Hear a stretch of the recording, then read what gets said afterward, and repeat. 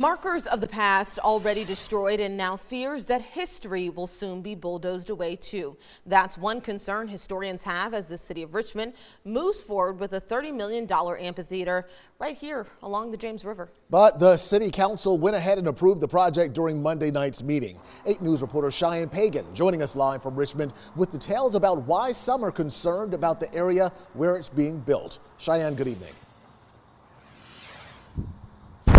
Eric, Deanna, I'm here near where that amphitheater could possibly be built.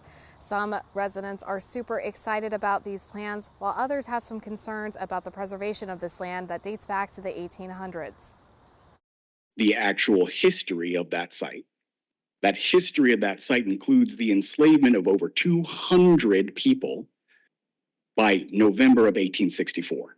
At Monday night's meeting, Richmond resident Joseph Rogers shared concerns about the project. Rogers used to work at the American Civil War Museum, right next to the land where the amphitheater is slated to be built. Suddenly appeared on the hill several trucks and sawing machines and other objects, which ultimately ended up destroying the objects that were on that hill to mark the actual history of that site.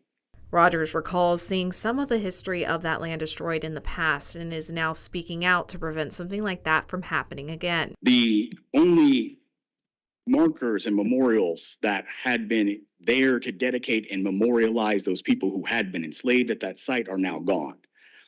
I cannot say as to where they are.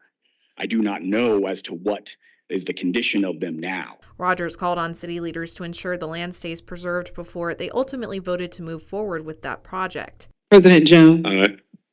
That motion has been approved. But council member Mike Jones says the land is privately owned, and the owners said the space was either going to be an amphitheater or stay the way it is now. I'm sure the owners are going to do what they need to do to ensure the history that we have in that area is respected. And it's not just about Civil War, it's about things that happened after the Civil War, about what things raised this city to be what it was. And the ironworks was a major player. And so it employed hundreds of people, hundreds of Richmonders, black and white throughout the time. And so just got to ensure that we hold history while we build for the future.